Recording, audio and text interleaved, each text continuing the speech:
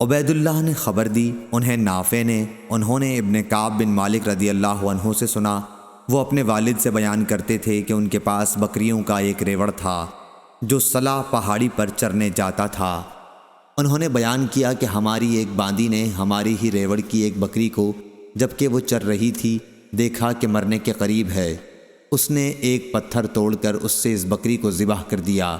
انہوں نے اپنے گھر والوں سے کہا کہ جب تک میں نبی کریم صلی اللہ علیہ وسلم سے اس کے بارے میں پوچھ نہ لوں اس کا گوشت نہ کھانا، یا یوں کہا کہ جب تک میں کسی کو نبی کریم صلی اللہ علیہ وسلم کی خدمت میں اس کے بارے میں پوچھنے کے لیے نہ بھیجوں۔ چنانچہ انہوں نے نبی کریم صلی اللہ علیہ وسلم سے اس کے بارے میں پوچھا یا کسی کو پوچھنے کے لیے حکم فرمایا۔ عبید اللہ نے کہا کہ مجھے یہ بات عجیب معلوم ہوئی کہ باندی عورت ہونے کے باوجود اس نے ذبح کر دیا۔ اس روایت کی مطابقت عبدہ نے عبید اللہ کے واسطے سے کی ہے۔ صحیح بخاری حدیث نمبر 2304۔